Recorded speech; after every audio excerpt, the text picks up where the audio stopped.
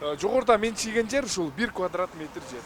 1 квадрат метр жер 19 миң сомго оңдолушу мүмкүнбү деген суроо жаралат. Тактап айта турган болсок, мен азыр Ош шаарындагы жакында эле ошол курулуп бүтүп шаар тургундарына пайдаланууга берилген Абдыкадыров көчөсүндө турам. Абдыкадыров көчөсүнүн узундугу 750 метрди түзүп, шаардык казнадан 29 миллион сом бөлүнгөн.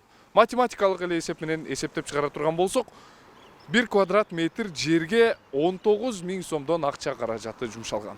Бул каражаттар ошол максаттуу пайдаланылганбы? Бул тууралуу алдыда кененирээк сөз кылабыз. Бул үй салуу жайы жакынкы күндөрдө гана шаардыктарга пайдаланууга берилди. Шаардыктар кубангандыктарын айтып, кала башына ыраазычылыктарын билдиришкен. Бирок асман чапчыган каражат коротулгандыгын эске алышкан эмес. Казнадан 29 миллион сом акча каражаты сарпталган. Тактап айтканда, 1 чарчы метр жерге 19 миң сомдон ашык каражат жумшалган. Бардык ишти көзөмөлгө алган Ош шаардык жолдор башкармалыгы каражат максаттуу пайдаланылган деген гана жоопту берүүдө. Ал эми сметасы бар балам. Ал сен айткан экөөбүз ал жакта мында балаң онго бул мында балаң эме жок, смета менен иштелет да. Долбоор иштейт деп чыгат атайын. Сметчиктер иштейт. Анан ошондон ата баланат. Бул деле 33 миллион, бу 33,5 миллион менен смета болгон болсо 29 менен тендер коюлуп, конкурстун негизинде утуп алып атпайбы?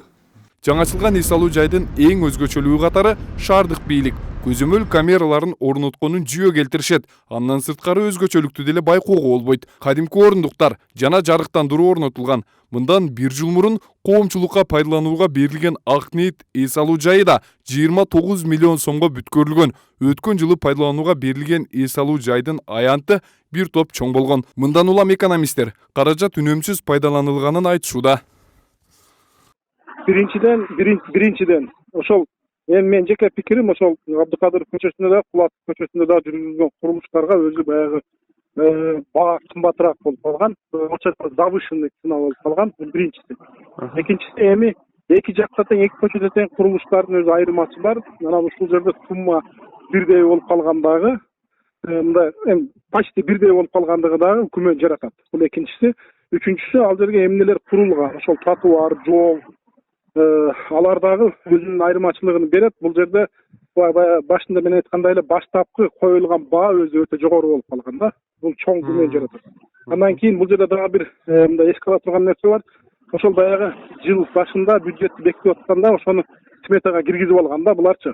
Сметага киргизип алганда, бекитип алган, добуш берип, анан ошонун негизинде булар ишти жүргүзө берген. А эгерде чын-чынына келип реалдуу орто рынок баасын ала турган болсок, ошо орто рынок баасын салыштыра турган болсок, бул жерде күмөн жарата турган маселелер бар. Башкача айтканда, коюлган баа, кетирилген чыгым өтө жогору болуп калган. Миллиондогон каражаттар коротулган үй салуу жайдын болгону жакшы, бирок асман чапчыган суммалар максаттуу пайдаланылганбы деген суроо бүдөмүк. Шаардык бийлик өкүлдөрү биз айтып жаткан салыштырууга макул эмес. Алардын айтымында Ак ниет үй салуу жайына аз чыгым коротулган деген гана ойдо турушат.